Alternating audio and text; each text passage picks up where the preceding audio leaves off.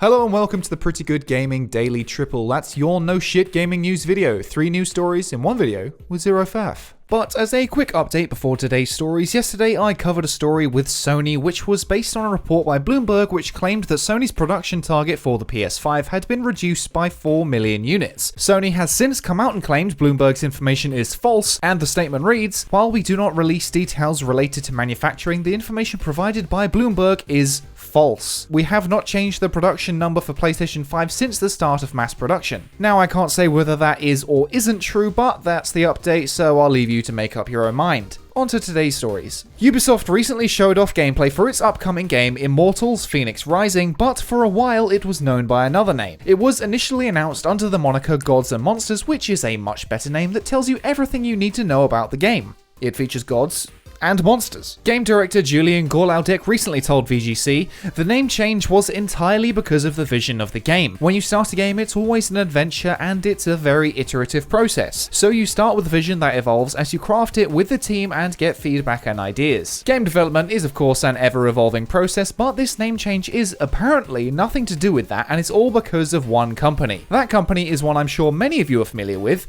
Monster Energy." You're a monster! I'm not the monster here, you are! You will have seen their logo splattered all over all kinds of video games, sports, musicians, basically anything that can be licensed. The monster logo is slapped on so much crap that it's a meme at this point and it's pretty gross, but ultimately it's fairly harmless and just business, right? Well, according to official legal documents, Monster Energy has taken on Ubisoft over its use of the Gods and Monsters title. There's a lot of technical legal jargon in this story, so I'll just try to make it as simple as possible for you, but if you want a more thorough look at the situation, check out a video by Hogue Law on YouTube. He's a professional lawyer, so he actually knows what he's talking about, unlike Muggins here. Basically, what it all comes down to is that Monster Energy argues that the Gods and Monsters branding will create confusion with the Monster Energy brand in similar areas. Monster has put its logo on pretty much every kind of merchandise you can think of, including video games. Monster has its own licensed game series called Monster Energy Supercross, the official video game, which has had annual releases since 2018. That means that Monster thinks Gods and Monsters is too close to Monster Energy, in particular within the games industry, and that will mean Monster Energy loses money to Gods and Monsters. Now, I'm sure many of you will agree with me that Gods and Monsters and Monster Energy Drink aren't really all that similar in that they only share one word in common. How many other products are there in the world that share the word monster? Godzilla King of Monsters, Monsters Inc., Monster House, or the movie that's just called Monster. And then there's one of the biggest video game IPs around, Monster Hunter. The latest entry, Monster Hunter World, is Capcom's highest selling game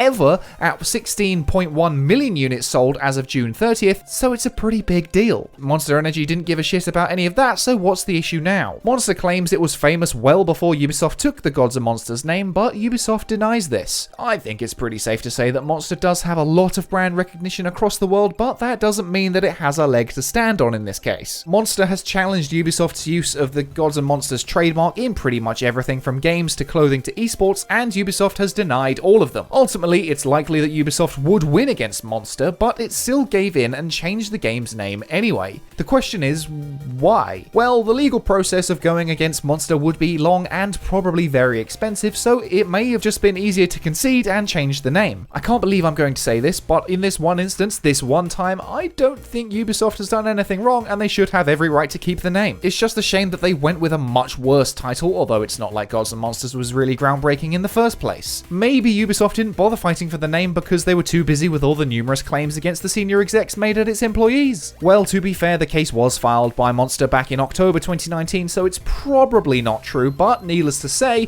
2020 has been a very busy year for the Ubisoft legal team. And next up, everyone knows CD Projekt is one of the most popular video game companies around for its pro-consumer approach, but CD Projekt Red as a studio is regularly criticized for crunch culture. Throughout crunch periods, many members of staff leave to pursue other work, and one of those projects is a new studio called Starwood Industries. This studio is made up of Witcher 3 and Cyberpunk 2077 veterans, as well as folks from Dying Light, Dead Island, and Call of Juarez. Its first game, The Invincible, was just revealed on Twitter with some screenshots and a link to the Steam page. It's coming sometime in 2021 for PS5, Xbox Series X, and PC, and according to the Steam page, The Invincible is a first-person sci-fi thriller set in a retro future timeline. Waking up as a space scientist on a hostile planet, you embark on a mysterious mission to find the missing crew of your spaceship. Survival is a matter of your correct choices, taken whilst uncovering the secrets of the planet bigger than anyone thought. You are a scientist on board an interstellar scientific expedition, suddenly thrown into a life or death rescue mission. Landing on planet Regis 3, you have to find the missing crew members using some advanced space equipment, whilst relying on your brains and instincts to survive on the planet, which quickly occurs to be unwelcoming. Soon you'll discover that Regis 3 holds terrifying secrets which are uncovered while you're piecing together the fate of your crew. As you delve deeper into the mystery, you realize that perhaps you're not alone, and that some places like this planet are better left untouched. But it's too late to turn back. The game is based on Polish author Stanisław Lem's novel of the same name from 1964. The studio's official website claims the game is being built on Unreal Engine 4 and is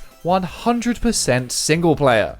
That's good news. Some of its key developers include Marek Markuszewski as game director, who previously worked as senior producer at CDPR, Daniel Betzke as technical director, who also worked at CDPR on The Witcher 3 and its expansions, and Cyberpunk as a senior programmer, and Wojciech Ostrykas as art director after working on Dying Light and Call of Juarez Gunslinger. There's no gameplay for The Invincible, and I wouldn't expect it for a little while, but these screenshots look very promising for a retro-futuristic sci-fi game, and the studio has some very experienced senior developers leading the way. From the website, Starwood Industries is bringing its AAA experience to realize AA ambitions to pursue quality mastered in previous endeavors and deliver it in a smaller yet even and groundbreaking projects. Screenshots like this aren't worth getting really excited about, but the pieces look like they could fit together really well for a brand new original game based on an interesting IP, and I definitely think it's one to watch. And finally, video game movies are, by and large, pretty damn awful. Every so often we get one that's actually not too bad, or some that are just so bad they're actually good. Honestly, I think Detective Pikachu is a legitimately good movie. The next video game icon to get the silver screen treatment is none other than Mario himself in a full CG movie. There have been various rumblings about a Mario movie for years, with bits and pieces of official information coming here and there, but now we have some more proof that it's really happening. However, it is unclear if Bob Hoskins will reprise the role after his Oscar-worthy performance from 1993. Hashtag Bob Hoskins or bust.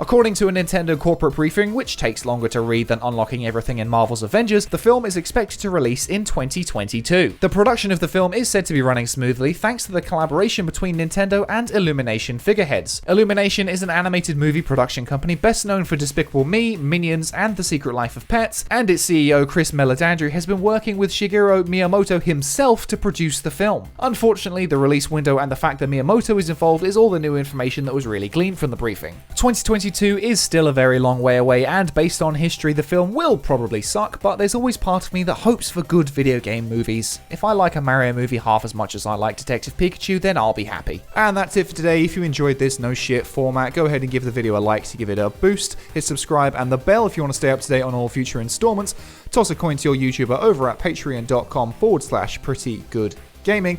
I've been Henry Cooper, that's all for today, bye for now.